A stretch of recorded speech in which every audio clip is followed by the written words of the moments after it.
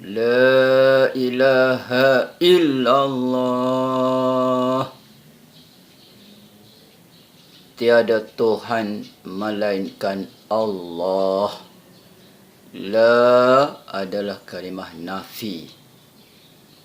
Menafikan. Tiada. Menafikan. Apa yang dinafikan? Ilaha. Tuhan. Menafikan Tuhan. Tiada Tuhan. Illa. Melainkan Allah. Tiada Tuhan melainkan Allah. Kita menafikan bahawa tiada Tuhan lain daripada Allah Subhanahu Wa Taala. Hanya Allah Subhanahu Wa Taala Tuhan. Selain daripada Allah bukannya Tuhan. Selain daripada Allah adalah makhluk. Tuhan berkuasa. Jadi Allah berkuasa. Selain daripada Allah makhluk. Makhluk tak ada kuasa. Allah berkuasa, makhluk tiada kuasa. Jadi kita dah menafikan makhluk tiada kuasa. Tiada yang berkuasa melainkan Allah. Tiada yang mencipta melainkan tiada yang menciptakan melainkan Allah. Tiada yang menghidupkan melainkan Allah. Tiada yang memberi manfaat melainkan Allah. Tiada yang memberi mudarat melainkan Allah. Tiada yang menyembuhkan penyakit melainkan Allah.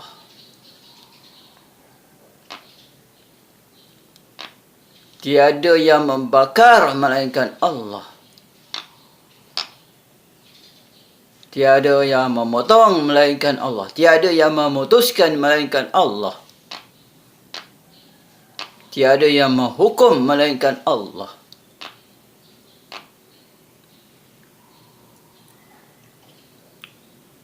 Tiada yang memberi, tiada yang menghilangkan haus melainkan Allah.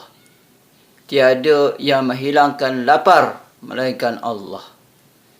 Tiada yang mengenyangkan melainkan Allah. Jadi dengan kita menyebut La ilaha illallah itu, kita telah menafikan makhluk. Nafi makhluk. Mengisbatkan Allah. Nafi. Kita telah menafikan makhluk. Menafikan makhluk dan mengisbatkan Allah. Semua makhluk dinafikan. Isbatkan Allah. Nafikan makhluk, isbatkan Allah. Inilah yang kita sebut La ilaha illallah. Apabila kita sebut La ilaha illallah itu, kita naklah mengenal Allah SWT. Ma'rifatullah. Mengenal Allah ialah dengan belajar dan mengetahui sifat-sifat Allah. Sifat yang wajib bagi Allah, sifat yang mustahil dan sifat yang harus. Mengikut Imam Abu Hasan Asy'ari, wajib atas setiap mukallaf itu mengetahui 20 sifat yang wajib bagi Allah, 20 yang mustahil dan 1 yang harus. Beserta dengan dalil-dalilnya, dalil aqli dan naqli.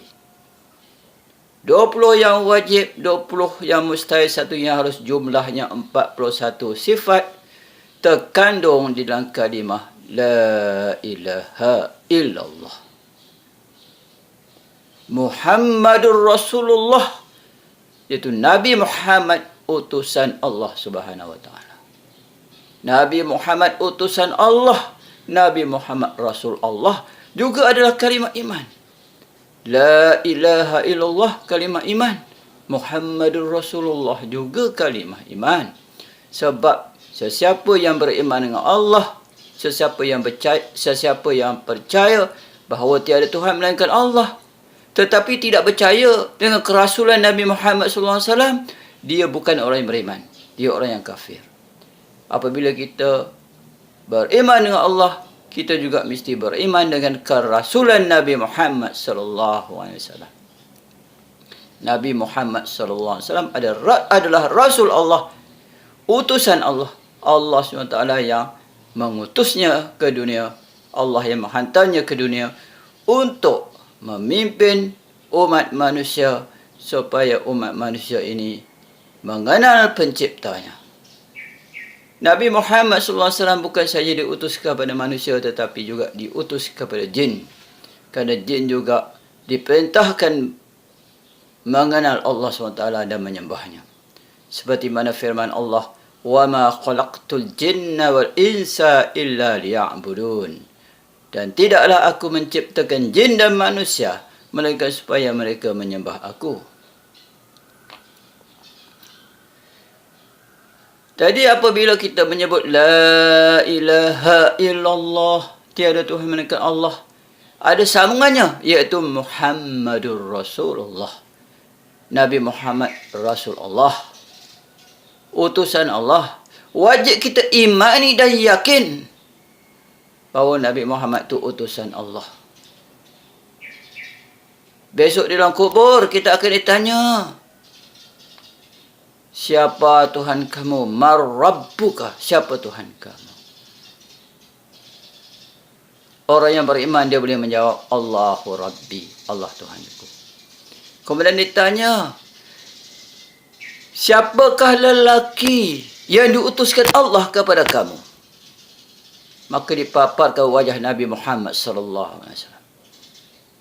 Maka orang-orang yang beriman dengan Nabi sallallahu alaihi wasallam dan mengikut sunnah-sunnah Nabi sallallahu alaihi wasallam, mereka boleh menjawab, Muhammad Rasulullah, Muhammad Rasulullah sallallahu alaihi wasallam, Muhammad utusan Allah sallallahu alaihi wasallam. Jadi dua-dua kalimah ini, La ilaha illallah Muhammadur Rasulullah, adalah kalimah iman yang wajib diyakini. Apabila seseorang itu menyebut Muhammadur Rasulullah, maka wajiblah dia mengetahui 4 sifat yang wajib bagi Rasul, 4 yang mustahil bagi Rasul, dan 1 yang harus bagi Rasul, beserta dengan dalil-dalilnya. Jumlahnya 9 sifat. 41 sifat campur 9 sifat, jumlahnya 50 sifat terkandung di dalam kalimah La ilaha illallah Muhammadur Rasulullah. Inilah penyaksian seseorang itu yang wajib diikrarkan dengan lisan, iaitu disebut dengan lidah, dan ditasdikkan dalam hati, iaitu dia benarkan dalam hati. Kemudian diamalkan dengan anggota. Wajib seseorang itu mengucap Ashhadu an la ilaha illallah wa ashhadu anna Muhammadar Rasulullah, dengan penuh yakin, dengan penuh yakin dalam hati, dengan i'tiqad yang jazam, yang putus, tidak dicelahi dengan syak, zan dan waham. Inilah syahadatain, 2 penyaksian yang wajib dilafazkan, yang menjadikan seseorang itu orang yang beriman. Aku naik saksi atau aku menyaksikan bahawa tiada Tuhan melainkan Allah, dan aku naik saksi bahawa Nabi Muhammad Rasul Allah. Rasul artinya utusan. Rasul Allah, utusan Allah. Allah yang utuskan dia, Allah yang hantar dia ke dunia ini untuk memimpin manusia mengenal penciptanya dan menyembah penciptanya, iaitu Allah Subhanahu wa ta'ala.